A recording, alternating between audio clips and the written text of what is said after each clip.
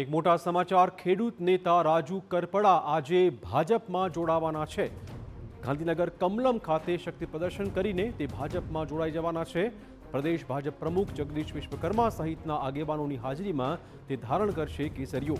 મોટી સંખ્યામાં ખેડૂતો સહિત આગેવાનો પણ રહેશે હાજર। રાજુ કરપડા ભાજપમાં જોડાતા આમ આદમી પાર્ટીને એક ફટકો પડવાનો છે। આમ આદમી પાર્ટીમાંથી થોડા સમય પહેલા તેમણે રાજીનામું ધર્યું હતું અને હવે તે ચૂંટણીના માહોલની વચ્ચે ભાજપમાં જોડાવાના છે। રાજુ કરપડાએ અનેક આક્ષેપો સાથે આમ આદમી પાર્ટીને અલવિદા કહ્યું હતું। ત્યાર પછી હવે આજે તે ભાજપમાં જોડાઈ જવાના છે।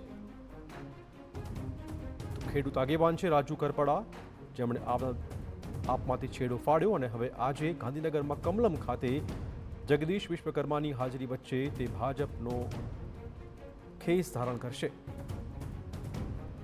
મોટી સંખ્યામાં ખેડૂતો તેમની સાથે આજે હાજરી આપશે તે પ્રકારની શક્યતાઓ લાગી રહી છે।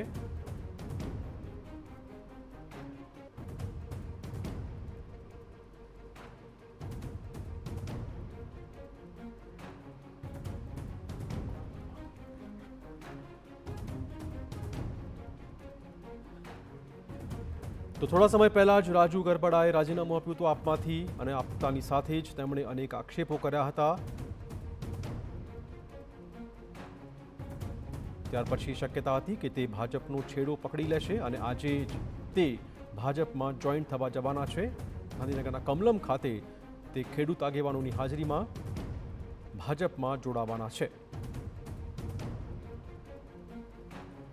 On May 9th, be part of history.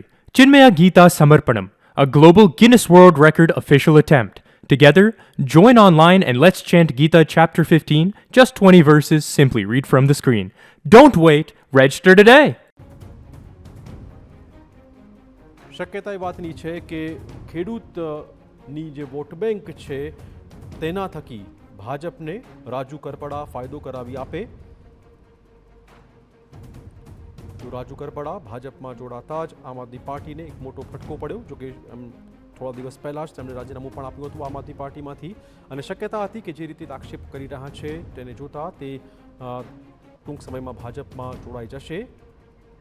વધુ વાત કરવા જોડાશે અમારા પોલિટિકલ એડિટર કિંજલ મિશ્રા। કિંજલ, ભાજપને કેટલો ફાયદો રાજુ કરપડાના ભાજપમાં આવવાથી?